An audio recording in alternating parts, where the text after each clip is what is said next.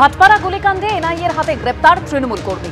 BJP নেতা প্রিয়াঙ্গ পাণ্ডের গাড়ি লক্ষ্য করে গুলি চালানোর ঘটনায় গ্রেপ্তার সোনু ওরফে মোহাম্মদ আমির। মোহাম্মদ আমিরকে গ্রেপ্তার করল এনআইএ।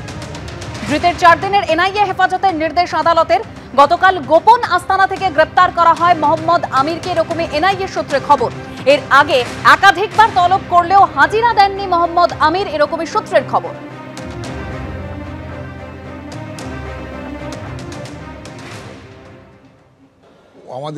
আমাদের কিছু এনকোয়ারিতে কিছু যারা ইনভেস্টিগেশনে ওর নাম ডিক্টেট করেছিল তাদের মাধ্যমে ও খবরটা আসে যে ও এখানটায় আছে। তখন এনআই অফিসাররা গিয়ে ওকে অ্যারেস্ট করে এবং যে কারণে ওকে আজকে আমরা এখানে প্রোডাকশন করেছিলাম এবং ওকে 4 দিনের আমরা পুলিশ কাস্টাডি চেয়েছি।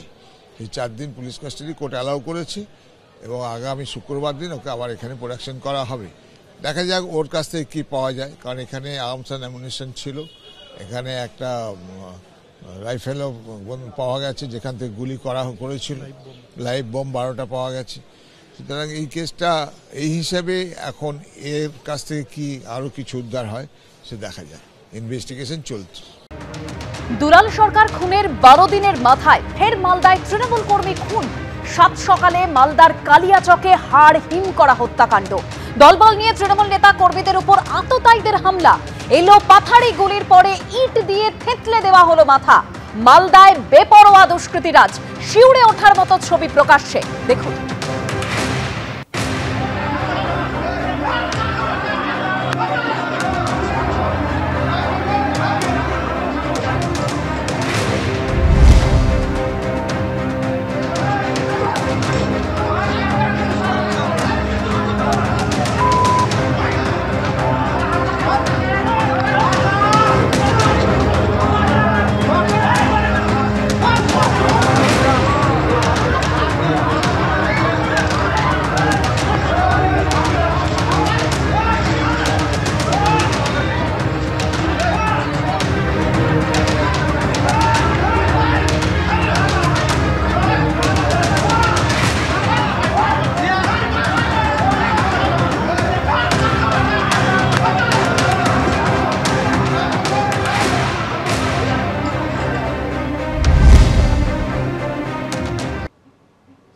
একেবারে সেই সময়ের ছবি আপনারা দেখতে পাচ্ছেন যখন একদম গুলি এলোপাথারি গুলি চালানোর পর ইট দিয়ে মাথা থেতলে দেওয়া হয়।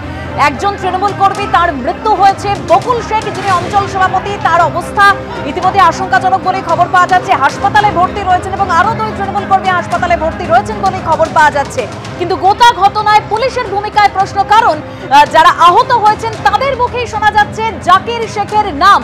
আর এই অভিযুক্ত তৃণমূল কর্মী জাকির শেখ, যিনি নভেম্বর মাসে তৃণমূল কংগ্রেসে যোগদান করেন, আগেও তৃণমূলে ছিলেন, তারপর তৃণমূল ছেড়ে কংগ্রেসে যান, কংগ্রেস থেকে আবার এই 2024-এর নভেম্বরে এই জাকির শেখ তৃণমূল কংগ্রেসে যোগদান করেন, যেখানে এই একই মঞ্চে উপস্থিত রয়েছেন মালদার জেলা সভাপতি আব্দুর রহিম বক্সি।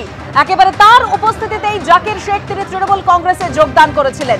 আর এই জাকির শেখের বিরুদ্ধেই হামলার অভিযোগ সামনে আসছে।